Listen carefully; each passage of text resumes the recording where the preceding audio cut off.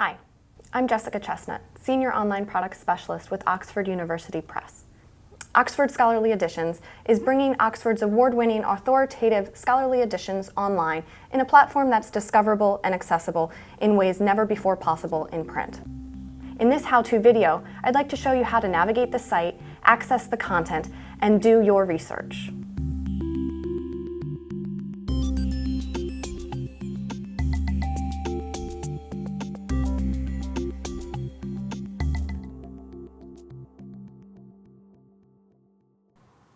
From the homepage of Oxford Scholarly Editions online, you have a number of different ways to access the content. Those include browsing. You can browse right here in the center of the screen by author, works, or editions. Or you can start a search if you know what you're looking for. Your search options are up at the top right. You have a quick search here, an advanced search, find a specific location in the text, as well as searching within your work sets. I'll show you each of those in just a moment.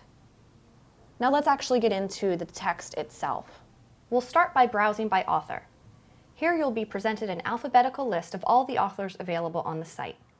You can narrow them down on the left-hand side by gender, or you can reorganize them to be organized chronologically.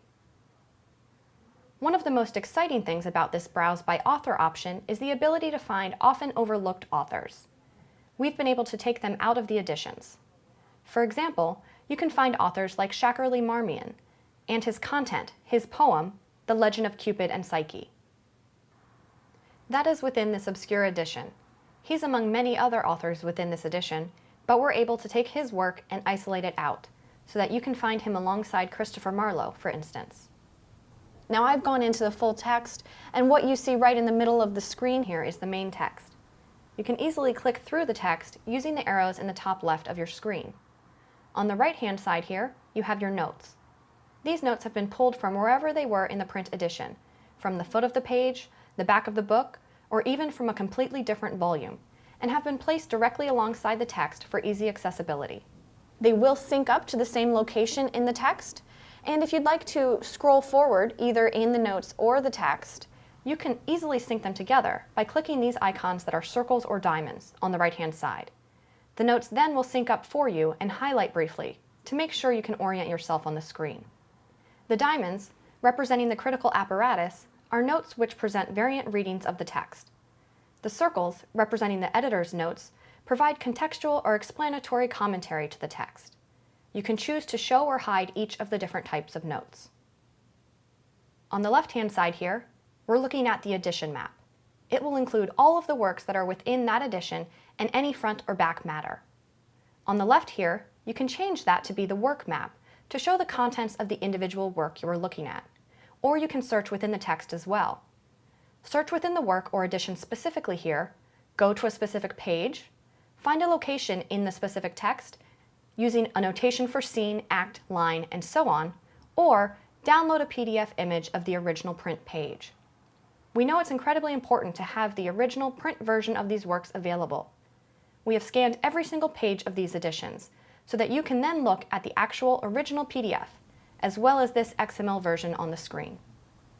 Now let's say you found what you're looking for on the screen, but you want to see more of the main text. You don't need the notes, you don't need all this search information. Minimize the search with just a click of a button, and eliminate the notes by simply checking off that checkbox at the top of the screen. On the top right-hand side, you have some options that are carried throughout the site with you, no matter where you are in whatever text you're in. Let's say you'd like to cite some of this text. You can simply select it here, and then the very first button here enables you to copy and cite this text. Clicking it will show you the citation, the publication date, the copied text itself, a DOI of this precise work, and a direct URL to this location, so you can get here permanently with the click of your mouse. Following on to the right-hand side, you can download a generated PDF version of this text, and you have the option to print the content. You can also save the content to a personal profile. When you do so, you can tag it in a variety of customized tags here, so you can create sets of related content according to your research needs. Then, continuing on to the right-hand side, you'll notice that our Save button actually disappears, so that you do not redundantly save content.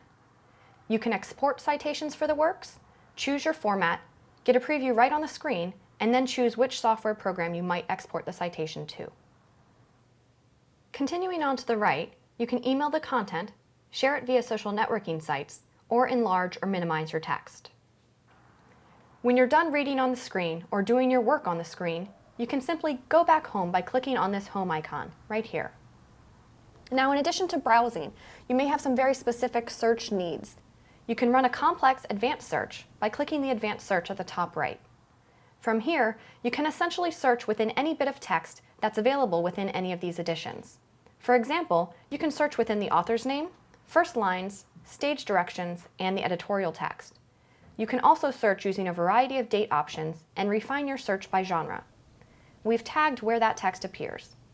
This is important because you might, for example, want to be sure that you're looking for a word of Shakespeare's as opposed to something that his editors have written in the textual notes after publication. So, for example, let's say we're just running a search for the word advertising. If I run that search in the quick search box up here, it is going to bring me full text search results.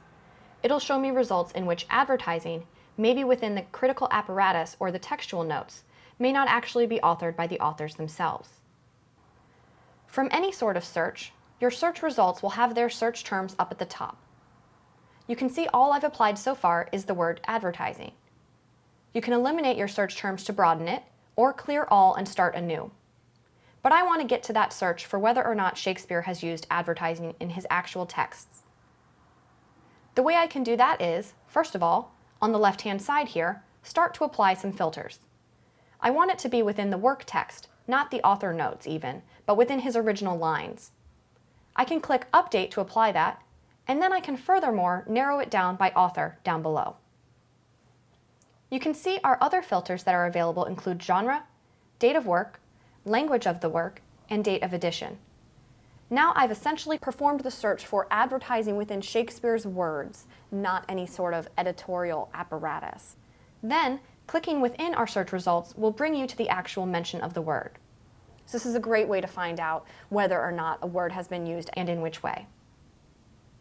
Jumping back home now, I want to point out the other options for your searches. They include the ability to find a location in the text. Let's say you're looking again in Shakespeare, and now we're looking at Richard II, for instance. We want, specifically, Act 4, Scene 1, line 20. This is a great way, for example, to quickly check a citation from a piece of secondary literature, online or print. I've searched for this specific line. You can see it appears in Richard II in 2 different editions. But then, again, clicking on your results will take you to that location in the text. The other option for searching are your work sets. Now this is affiliated with your personal profile. You have to log in at the top of the screen here to My Content in order to save content and access your saved content, as well as to search within your work sets.